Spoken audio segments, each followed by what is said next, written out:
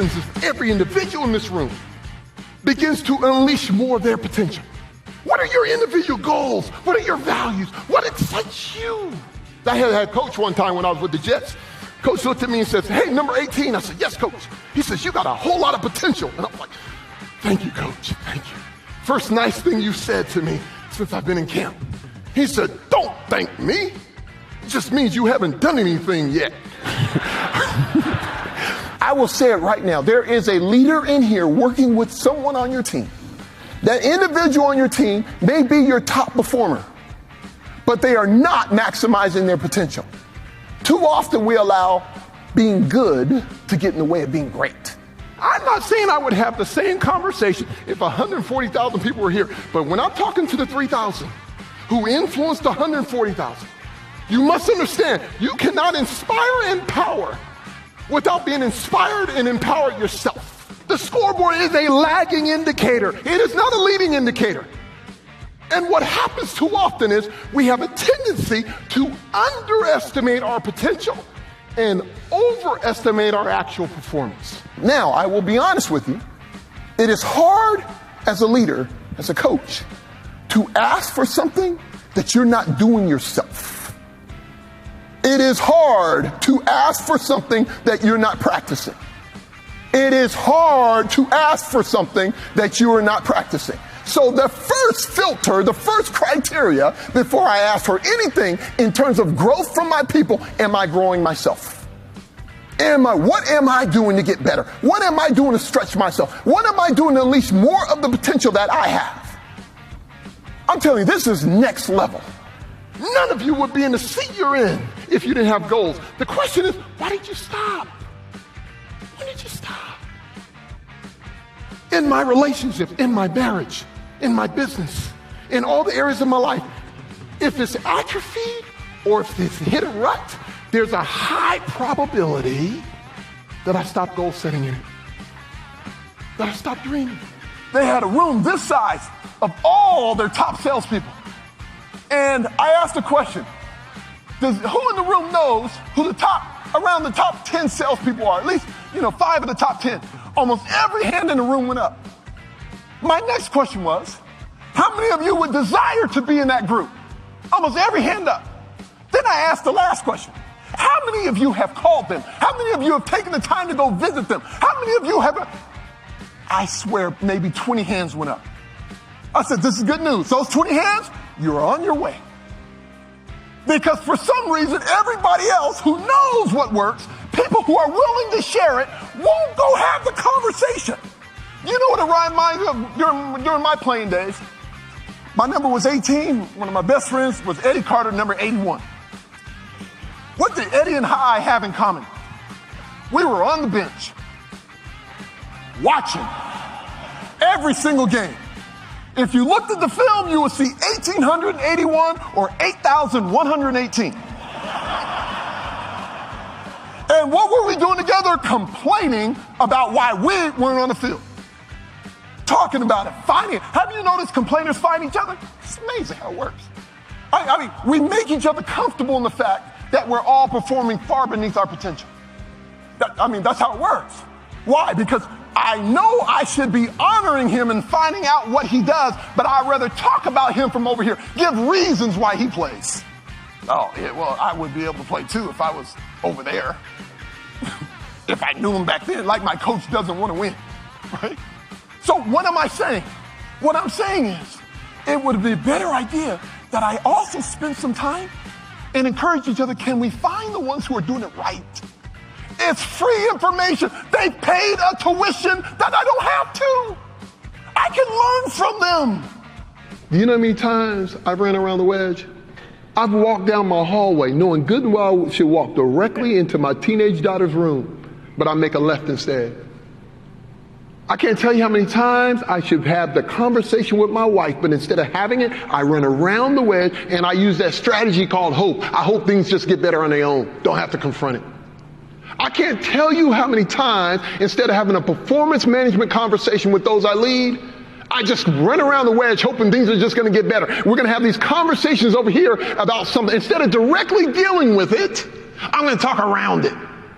I can't tell you how many times I ran around the wedge, having my whole team together, and I make it a team conversation, knowing instead of just dealing with that one person who the problem really is with. This is the kind of stuff I've done. Come to discover, my coach was right. I have ran around the wedge so many times, and the price of running around the wedge is never just I stayed safe. No, but the team lost. So my question to you today, not even a question, but my challenge to you, because every single leader, greatness is in every one of us. And we're at our best when we run through wedges, not when we run around them. So what wedge do you need to run through? Because it's worth it. My fear can only be conquered by something I love more. My love for my daughter has to be greater than my fear of being rejected. My love for my wife has to be greater than my fear of confrontation. My love for my team and the difference we want to make in the world has to be bigger than my fear of being uncomfortable. Many times you can measure a leader's success by the number of uncomfortable conversations they're willing to have.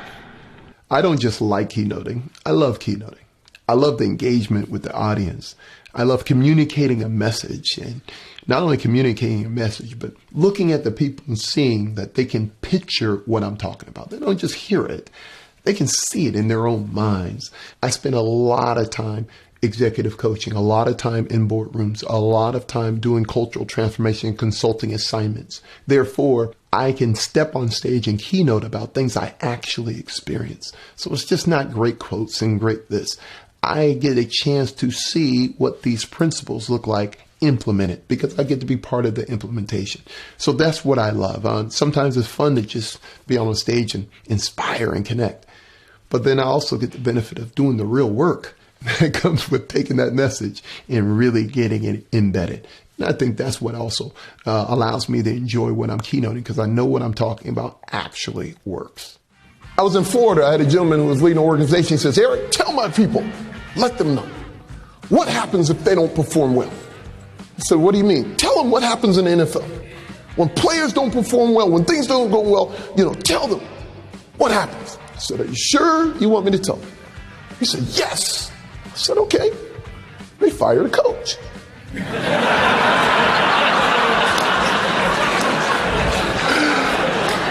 So that's how he looked at me. I was like, hey, you asked the question. That's the answer, right? I love inspirational speeches and messages, but I will tell you, even in my football playing days, I had a coach, and I'm not going to actually name that coach. I had a coach who, he'd come in at halftime, he'd scream and yell. He'd try to get us fired up. And it was great, but the problem was we went out into the second half, more excited, more fired up than ever, and just made the same mistakes with more intensity. Okay. So sometimes it's not motivation that you need, it's a change of direction. Logic produces order, but it's emotion, it's confidence, it's belief that injects that plan with energy. It's emotion that creates change. I want you to feel what it's like anytime you're about to take on something new. Why is that important? As great as your success currently is, it is now your comfort zone. That's not a bad thing, but it is now your comfort zone. And my question to you is, when's the last time you felt butterflies in your stomach? When's the last time you've been afraid? When's the last time you've been really nervous? When's the last time you had to really go, whew, okay, I'm going to go for it. If it's been a long time, that means it's been far too long. The next opportunity, the next level of greatness you're going to experience is when you personally are willing to also put yourself in position to be afraid, to be a little nervous. Man, that's exciting. Coming alive, not getting bored. And the reason why it's so significant, every single time you go to another level, look how many people are impacted when you do. It's not just about you. Leaders in this room, it's bigger than you. Look at the number of people you all touch. So every single time you move your own performance and become more effective, there are thousands of people positively impacted. So it's beyond just you. Coaches, leaders in this room, we need to create an environment on the teams that we lead that eliminate the fear of failure from the equation. There's a natural fear of failure. Nobody wants to just fail. But we need to remove that fear of failure because we're going to get more of the potential that's actually in the people that we lead. Ideas that have been swimming around people's mind, but they're scared to say it out loud. Chances, conversations, all kinds of things. We're sitting on it. Everything you all need to go to the next level, you already have. It's already in your hand. I promise you, there's a wealth of potential on the teams that you lead. And the key is, how do I tap into it? One of the ways you tap into it, you got to get fear of failure out of the way. What's a practical way of doing that for you as a leader? Will you please start sharing with your team your failures? The failures that you've overcome. See, the challenge sometimes is as we grow in leadership, guess what coaches do and leaders do too often? We get amnesia. We forget about our own mistakes. We forget about all the mess ups we had. And instead of using them as learning moments for our team members, we don't share them. So then they start playing not to make a mistake. When we need people making mistakes faster, we need to fail faster. We don't need to avoid failure. We need to be failing faster than we've ever failed before, because that's the new reality we're living in. Everything I speak to from the stage, it's not just something I read. It's not just something I heard. There's credibility behind it because I've actually experienced what I'm talking about. Real life case studies, been there, done that, been through the conversations, been through the planning, been through the implementation, have endured all the things that go along with this message that's being shared. I don't like talking about something I heard. I prefer to speak about something I know. Now, the benefit of doing a lot of executive coaching is I've had the opportunity to walk alongside some fabulous leaders, and not just leaders for a couple of years. I've been working with some of these leaders for over 15 years. From when they went from a store manager or a district manager to now they're a CEO, and a couple of them have been CEO for some of the largest Fortune 500 companies. One is in charge of the whole global leadership for a Fortune 50 company. The opportunities to walk alongside these leaders on their journey is proof that many of these principles discussed about work. There's nothing new under the sun. But my passion and excitement about the information is I've seen them work in my own life. Therefore, anytime I speak to an audience, my goal always is to be as authentic as I possibly can. That means what I'm talking about, I've seen it work. If I haven't seen it work, it won't come out of my mouth. Don't look anybody in the face.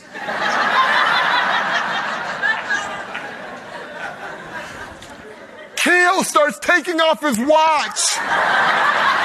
Guys are taking off their necklaces and putting it in their pockets. Because the four of us are walking down the stairs like this, not looking at anybody. There's barely anybody down there, but the four of us are standing right next to each other like this.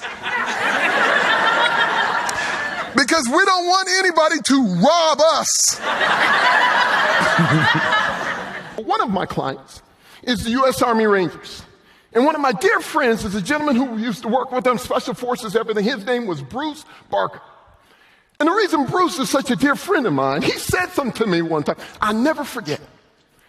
He says, Eric, every time I come home and wherever I go, people acknowledge me. They call me a hero. They say, thank you for your service. I'm so appreciative of what you do. He says, it's amazing how that works. I said, yeah, because you are. He says, I hear you, man.